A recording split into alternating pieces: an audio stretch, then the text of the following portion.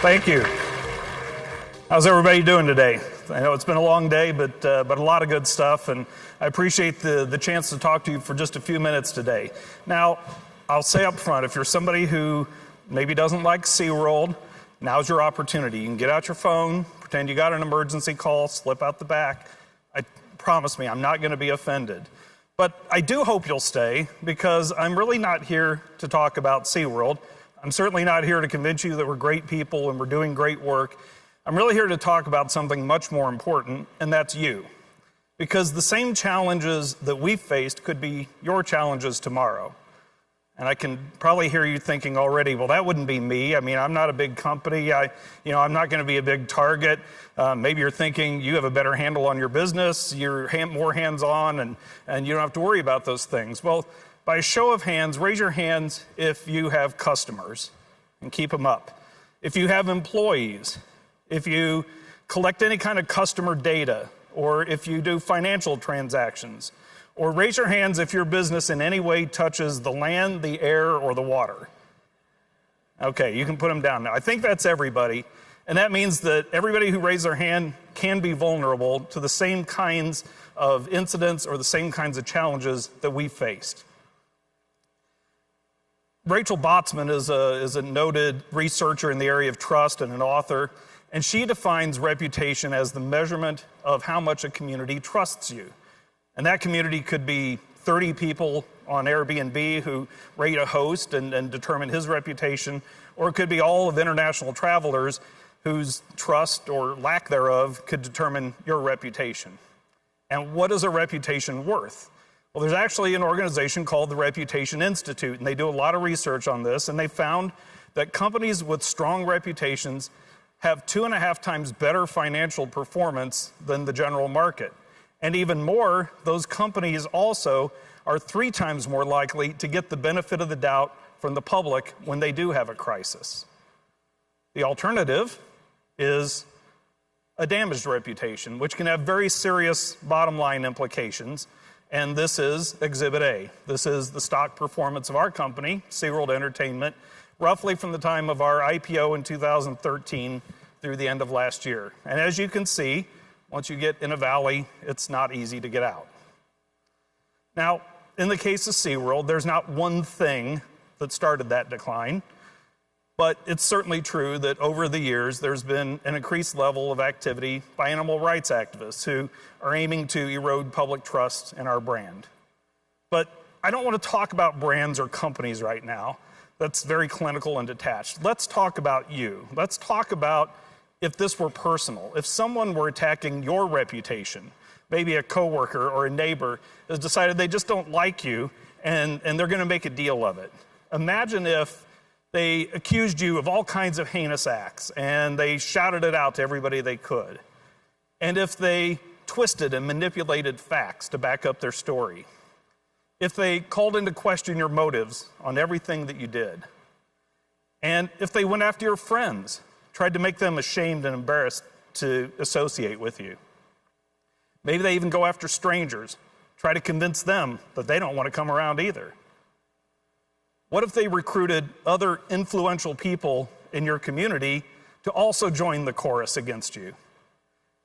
And if every time that you had a misstep or every time you had a problem, they use that as evidence to say, well, see, we were right, they're bad characters, and everybody's against them. Well, I can tell you whether you're an individual or whether you're a company, that's not easy. And you have a choice. You can curl up in a ball and withdraw, or you can choose to defend yourself. Now, if you look at advice from self-defense experts, they generally have some common tips and techniques, and actually a lot of those can apply to us in business as well as individuals who are under attack. And there's 4 that I'd like to highlight today. And the first one is get loud and push back. Make sure that you are part of the conversation. Don't let your detractors and your opponents set the agenda and monopolize the whole conversation. And the time to do this is not when the attack starts, by the way. It's yesterday, or at least start today, please. Because if you wait until your reputation is being assaulted, it's going to be too late. The best example or illustration of this that I've heard is that of the trust bank. Long before you have a problem, you make deposits in the trust bank with the public. The way you treat your customers or your employees, the way you treat the public and the community, how you take care of the environment, how you deal with issues when you have them, or how you embrace causes that are important to your customers. And all those things are deposits in your trust bank. And the goal, of course, is to build that as big as you can so that when you have something happen, and by the way, something always will happen, you can make those withdrawals from that trust bank. Certainly over the years, SeaWorld has made those kinds of withdrawals, and we always try to keep a positive balance. But when your account gets hacked and you find yourself in a deficit situation, it's very hard to build it back. Honora O'Neill is a British philosopher and a professor, and she talks a lot about trust in societies. And she very aptly notes that really it's about having trust in those who are trustworthy, which I think is a really interesting perspective. We often think about, well, how do I get people to trust me? When maybe the perspective should be, how do I become more trustworthy? And the best way that I know is really just having credible people telling genuine stories. You know, the public never puts its trust in the corporate spokesman, and I've been one. And they certainly never, dare I say, trust the company lawyers. But there's no substitute in the world for real people talking passionately about the things they do and sharing that with the public. And that's really been the centerpiece of what we've been trying to do at SeaWorld. And remember what I said about starting yesterday. The only reason that we have any credibility at all in this is because we're talking about the things that we've been doing for almost 55 years that we've been in existence. We didn't have to go out and create new programs so that we could talk about them. We really just had to get better and still continue to try to be better about putting a spotlight on the things we're already doing. The second tip is aim for the soft spots, which in the context of your reputation means sometimes you got to make it personal. So I'll have to disagree with Michael Corleone. This is personal. I have a news flash for you. I've done a lot of research on this, and it turns out that the public is full of people, and people are personal. They respond to emotions and to stories. They respond to things they can relate to in their own lives or to themselves. They don't respond to reports and to statistics and to corporate babble. And so that brings us to Blackfish. Why did this film resonate with the number of people? Now, there certainly was nothing new or newsworthy in it. It was really the same claims that have been made many times over by the same people. But the reason that it struck a chord, I think, is because it was presented in the form of entertainment. And we live in an entertainment culture. It was storytelling. It was a cohesive, although factually flawed, narrative. And just look at the quotes on the movie poster itself. It calls it, an emotional story and a psychological thriller. Where I think it went even a step further is it humanized the animals. It gave them personalities and stories and ascribed human needs and feelings to them, while at the same time dehumanizing SeaWorld, not as a company of people who care deeply about these animals, but as a faceless corporate entity. And I think we all know how faceless corporate entities are portrayed as careless, heartless, greedy, one-dimensional. So you will certainly be mismatched if you try to go into an emotional assault of some kind with dry facts and with kind of typical corporate detachment. Put this back in your personal terms again.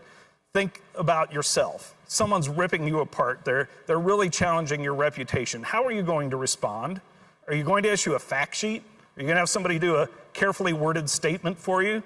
I don't think so. So why is it that when our businesses are being challenged, we suddenly stop being human and start becoming robotic? And that brings us to our third topic, which is stay aware of your surroundings. This means really understanding the media landscape and where people get their news and information. Now, I started my career as a journalist and in PR long ago in the dark ages, which is before the internet. And back then, we had gatekeepers. We had news directors and editors and reporters who weighed out the significance and the relevance of stories, and they determined and kind of fed a diet of what they thought was the most important news to the public every day. Today, these are the gatekeepers. Maybe not these guys exactly, but we've really kind of given way to information by algorithm. And the same things that as a marketer in this digital age we love, the ability to know somebody's interests and behaviors and to track them and to feed them the right message at the right time, also mean that people are getting fed a diet of news and information that fits their expressed beliefs and viewpoints. And it creates something called confirmation bias. I believe everybody hates SeaWorld, of course, because I saw it in my news feed on Facebook, and Ariana Grande tweeted about it, for heaven's sakes. And when I went to Snapchat, there's this animal news site that pops up, and I've seen it everywhere, so it must be true, right? Well, of course, every time that person clicks on one of those things, 2 more go out, and it just creates this echo chamber. What's interesting in this is that the Pew Research Center did a study they released earlier this month, and they found that 2/3 of Americans get their news from social media. What's crazy, though, is that 57% of them say that they find social media to be largely inaccurate as a news source. Why is it that we would get our news from a place that we don't necessarily trust? Could it be that we get the news that we want to get, in the flavor that we want to get it, with the bias that we want to get it, even if we know that it's probably not entirely accurate? We've certainly heard a lot about fake news lately. Well, MIT actually did a big study on this earlier this year. They looked at 10 years worth of data from Twitter. And what they found is that false stories reach more people and travel faster than accurate stories. In fact, 6 times faster.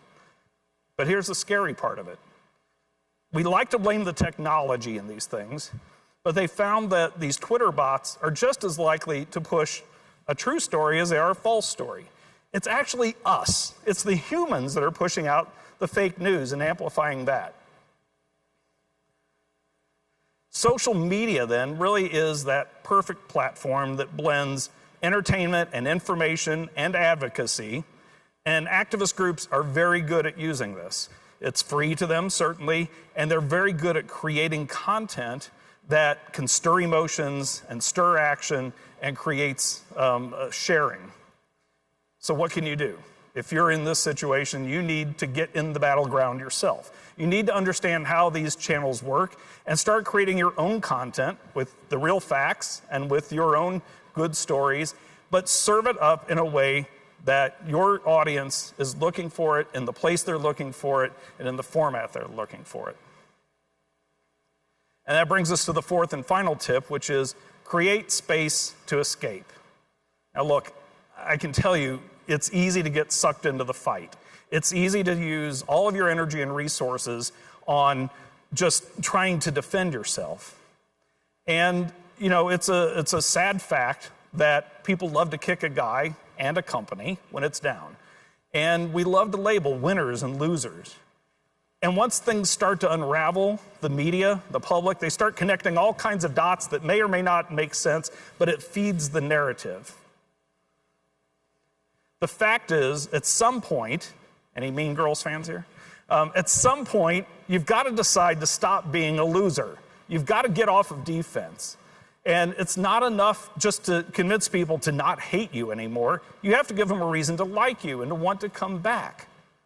The reality is that for all the negative press, for all the noise from a minority of activists, the majority of people have a very favorable opinion of SeaWorld, and they want to visit us, even millennials, by the way. And those that do come generally have an awesome time and give us great reviews. So it's really important to not get consumed by trying to answer and address the critics. Don't forget about the people who want to like you. Those are the people you need to talk to and nurture and talk to them about what's meaningful to them and keep putting out the good stories. It's okay to acknowledge your critics. It's okay to try to seek to understand them, but you want to cater to your advocates. Don't cater to your opponents. So our 4 tips in conclusion, again, get loud and push back, aim for the soft spots, stay aware of your surroundings, and make room to escape. So how has this worked so far? Well, I'm happy to say that we've had some great results so far this year at SeaWorld, and we definitely have some momentum on our side. And if you remember that stock chart I showed you earlier, this is what the chart looks like from the beginning of the year. Certainly a much better direction, and we're very pleased with that. But we're not declaring victory. Just as I said, there's not one thing that started this, I can also tell you that there's not one silver bullet that has changed this trajectory. I would make a much better story if there were. It'd make a much better presentation if I could say so, but it wouldn't be true. The fact of the matter is it's probably just the result of consistent effort on a number of fronts. And we are not declaring victory. Yes, this is the end of my time, and I thank you for being a gracious audience, but it's not the end of our story for sure. For better or worse, SeaWorld has been changed by all the challenges that we faced, but we always have to remain vigilant in protecting our reputation every day. And that's what I would leave you with as well. Be vigilant in protecting your reputation every day, whether you see a crisis on your horizon or whether it's yet to come. Thank you.